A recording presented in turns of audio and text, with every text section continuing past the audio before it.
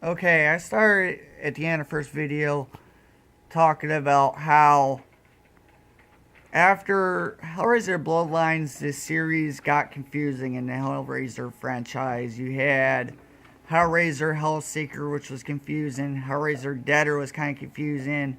Hellraiser Hellworld. Um, After Bloodlines, the series got very confusing in this franchise. And then years later, 2011, they come out with the worst Hellraiser film ever created, in my opinion, Hellraiser Revelations. Oh my gosh. Like I said earlier on, I don't know what the hell the directors, the writers, the script writers were thinking, the editors. At least with the other films that got confusing, you had awesome kills. With Hellraiser Revelations, you have zero cool kills. The kills in Hellraiser Revelations were just stupid and ridiculous. And very few kills in Hellraiser Revelations. Now, I'm going to get into a couple of the reasons why Hellraiser Revelations is the worst Hellraiser film ever created, starting with the main storyline plot. And the acting was terrible. In this one, you're introduced to three main characters. You have two best friends, Nico and Steven, whom run away from home, which is shown on camera.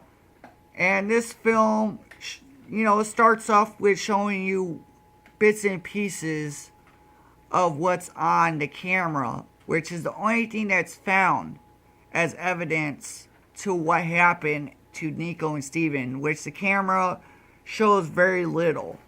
Now, I think this was the attempt for the directors to make this film, make you kind of like glued to the film, wondering what exactly took place. And I think they tried to make the film interesting, but they end up failing miserably.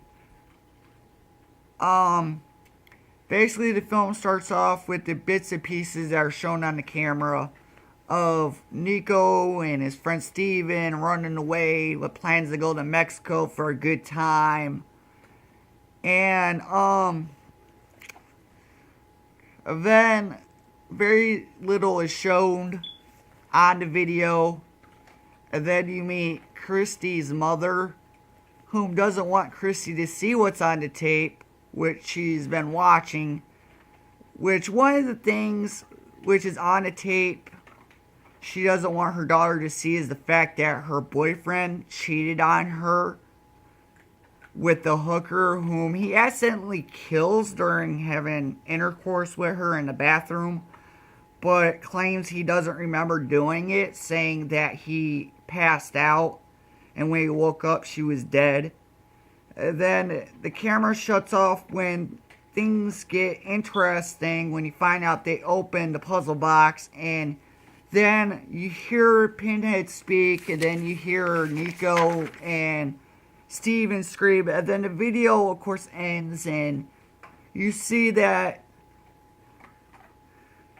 basically Christy's mom doesn't want her to see this video, and Christy goes, "Why don't you want me to watch the video? You're watching it again. Why can't I see it?" And her mother says no and argues the fact. And then, that kind of ends up making you wonder exactly what happened, was the full truth. And when the full truth is revealed, it's just like a huge letdown.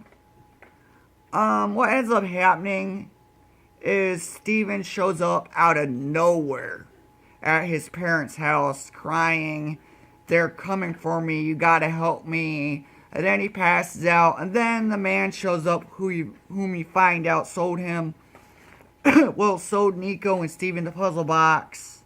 And then the guy cuts off a man's face who is the father of Nico. And the whole time you think Steven's come home, but when the truth comes out, you find out that Steven is actually Nico.